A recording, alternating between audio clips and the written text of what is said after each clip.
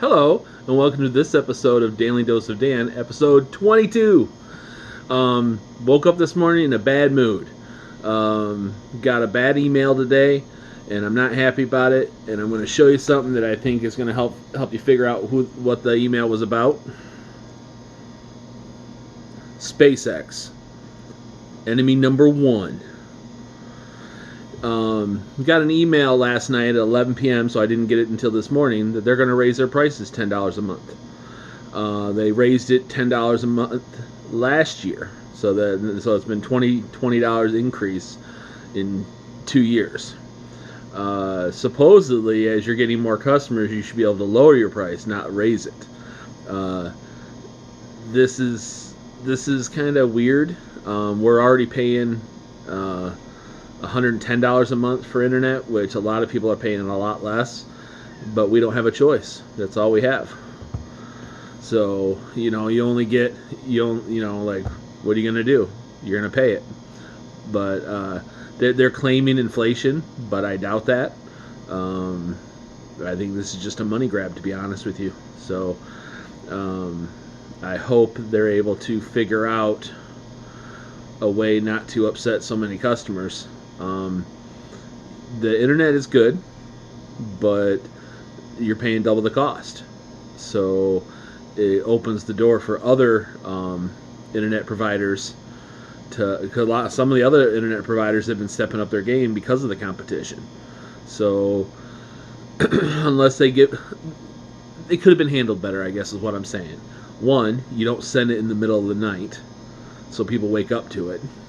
Two, now I get it, everyone's on different coasts or whatever, so it's hard to find the perfect time to send a notice like that. Or make a public announcement. Hell, tweet it. Don't email it. Then you email it after you've said something, but don't surprise people with an email. And then on top of that, explain maybe that the speeds are going to get better. Like, hey, here in a couple months we're going to be doubling your speeds, so you won't even notice the extra $10 a month. I feel sorry for the RV people. They're going to have to pay an extra $15 a month. But here's the weird thing is they're dropping the cost in areas that have too much traffic. I don't know I don't get it. Like, are they trying to imply that we should move? Like, it's a really muddled, and considering that Elon's the world's richest man. Now, mind you, I'm a huge Elon fan. Like, love the man, love the fact that he's changing the world in a positive way, but you can't nickel and dime people. The equipment's like $600, and they don't offer a lease program or whatever. So a lot of people have to shell out, $600 just to have the privilege to have your service. So, yeah, inflation sucks, but you're launching your own satellites. You're not having to pay to have them launched up there. I don't know. I don't think, and there's 1 million customers. So that extra $10 million a month gonna make or break the bank? I highly doubt it. I think you're getting money from other revenue streams like military, cruise ships, airlines to compensate. The boating Starlink is ridiculously priced. So, but there again, the clientele is rich people that have billion-dollar yachts, so they don't care, how much they spend. Us out here in the country that don't have a whole lot of money, it's tight. So an extra $10 a month, an extra $10 a month. Within 10 years, is it going to be double the price? At this rate, yes. So I'm hoping he can figure out what's going on over there and, split the difference, raise it 5. At this rate, a 10% increase in inflation, 20% in 2 years. The math don't work. Afraid not. I'm not a rocket surgeon, but the math doesn't check out. So something needs to be addressed, I guess. So this has been your daily dose of Dan. Right now is a perfect time to. Oh, Kitten, come up here. Kitten might want to say hi. Oh, there she is. I know you guys love a kitten. She's a spoiled brat. anyway,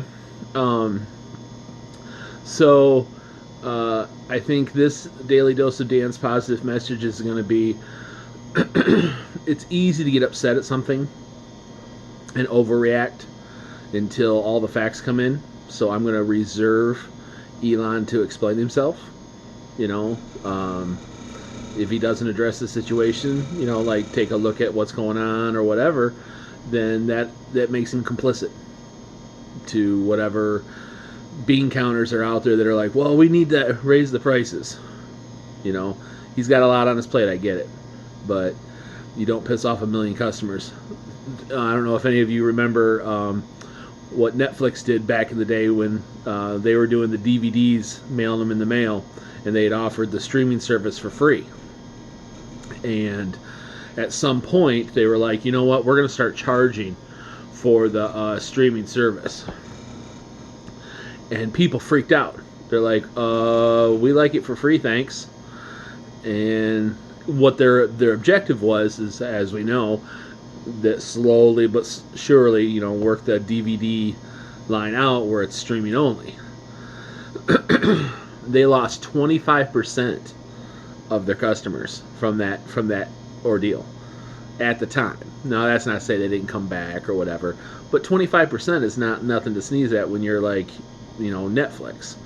So when they were talking about doing the whole password, you know, you can't share your password thing, I think they tried it in Canada, but I think that was all, it's basically a bluff.